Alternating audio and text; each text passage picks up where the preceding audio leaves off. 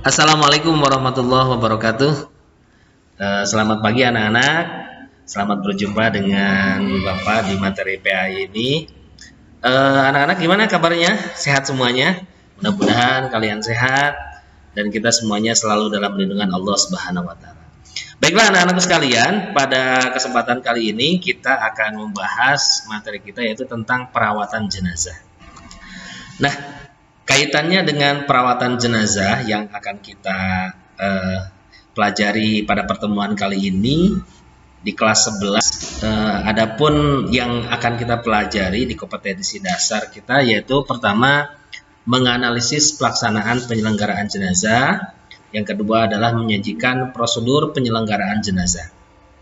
Nah, adapun ada indikator dari pencapaian kompetensi yang akan kita pelajari di pertemuan kali ini yaitu menganalisis penyelenggaraan perawatan jenazah dalam Islam, mendemonstrasikan tata cara bagaimana penyelenggaraan perawatan jenazah itu sendiri yang sesuai dengan syariat Islam, dan yang ketiga menyimpulkan hikmah dan manfaat daripada perawatan jenazah, terus membuat makalah yang pada akhirnya kalian akan nanti membuat makalah bagaimana prosedur penyelenggaraan perawatan jenazah yang sesuai dengan ketentuan syariat Islam. Ini mind mapping kita. Apa yang akan kita pelajari di pertemuan kali ini yaitu tentang bagaimana tata cara memandikan jenazah, bagaimana tata cara mengkafani jenazah, bagaimana tata cara menyolatkan jenazah, dan bagaimana tata cara menguburkan jenazah. Materi pertama yaitu tentang memandikan jenazah. Apa yang menjadi syarat wajib daripada memandikan jenazah itu? Yang pertama adalah jenazah atau mayit itu adalah orang Islam, bukan orang kafir. Maka inti daripada ini adalah harus orang Islam. Yang kedua, didapati tubuhnya sekalipun hanya sebagian. Terus yang ketiga, jenazah tersebut bukan mati syahid, karena berbeda daripada penanganan bagaimana cara memandikan jenazah orang yang mati syahid. Nah, terus siapa saja yang berhak memandikan jenazah? Yang pertama adalah jenazah laki-laki dimandikan oleh laki-laki, perempuan dimandikan oleh perempuan, orang lain jenis yang boleh memandikan adalah muhrim, suami atau istri. Maka tidak boleh jenazah laki-laki dimandikan oleh perempuan, pun sebaliknya. Terus yang kedua, yang lebih utama memandikan jenazah adalah keluarga terdekat. Ya, itu yang lebih utama. Entah itu anaknya ataupun istri atau suaminya. Yang ketiga, orang yang memandikan jenazah apabila mendapati cacat dalam tubuh jenazah itu tidak boleh diumbar ataupun tidak boleh menceritakan kepada orang lain cacat daripada apa yang ada dalam tubuh jenazah tersebut. Lantas selanjutnya, apabila tidak mendapatkan orang yang jenis atau muhrim atau suami istri, maka mayat cukup ditayamumkan saja.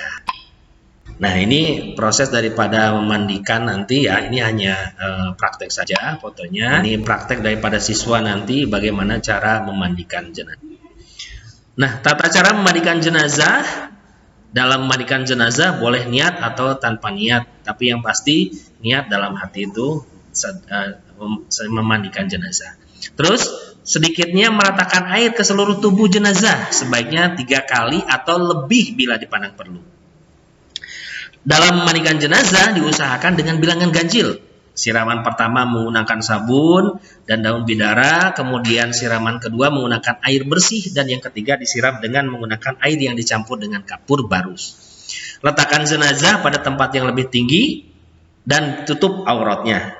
Gunakan kain basahan untuk menutup auratnya dan berdoalah. Jangan lupa membaca basmalah sebelum memandikan. Terus selanjutnya basuhlah anggota wudhu terlebih dahulu, baru bagian tubuh sebelah kanan, lalu sebelah kiri.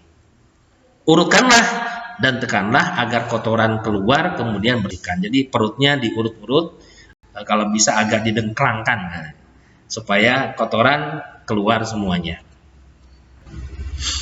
Nah, yang selanjutnya mengkafani jenazah. Kafan itu harus berwarna putih, sebagaimana daripada sabda Rasulullah SAW gitu. Yang artinya pakailah kamu sekalian dengan kain yang putih. Ini ya.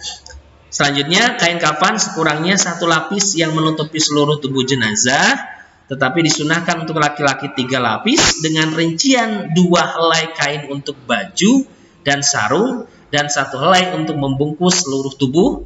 Maka bagi perempuan menggunakan 5 helai yang dipergunakan untuk baju, tutup kepala, kerudung, dan 2 helai untuk membungkus seluruh tubuh jenazah.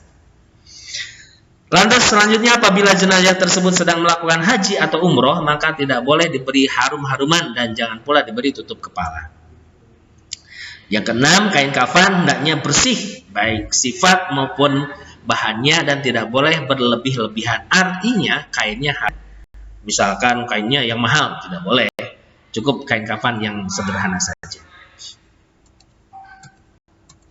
Nah, setelah kita belajar tentang mengkafan, nah ini contoh nanti prakteknya kalian semuanya bagaimana cara itu mengkafani jenazah. Nanti kita akan praktek.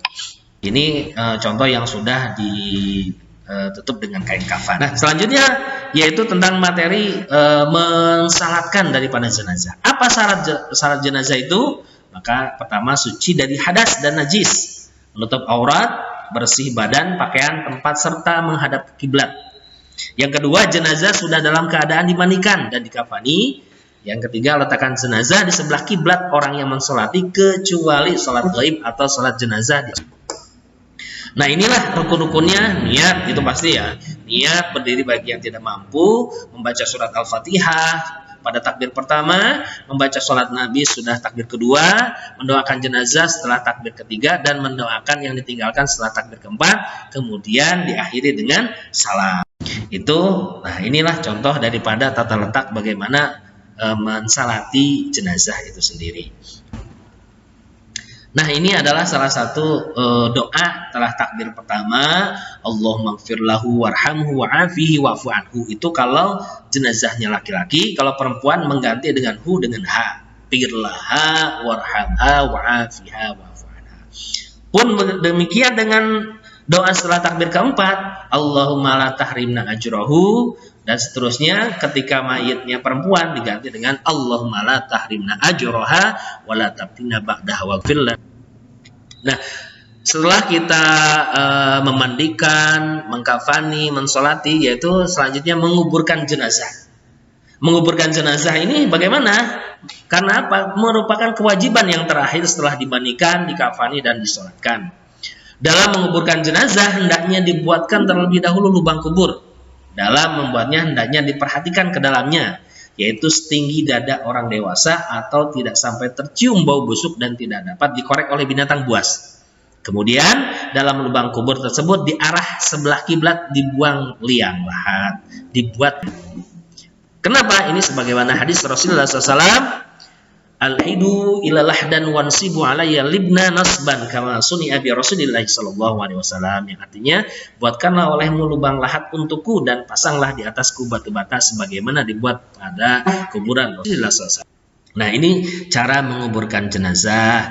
Pertama adalah kita menguburkan jenazah itu sambil mengucapkan Bismillahi ala millati Rasulillah. Kemudian setelah itu letakkan jenazah di lubang lahat dan menghadapkan ke kiblat, muka dan kaki diusahakan menyentuh tanah. Ini sesuai dengan sabda Rasulullah SAW. Selanjutnya letakkan bantal tanah pada tubuh jenazah agar tetap menghadap kiblat, kemudian ditutup dengan kayu papan, baru ditimbun dengan tanah yang dibuat tanah tersebut lebih tinggi di permukaan tanah dan di atasnya diberi batu.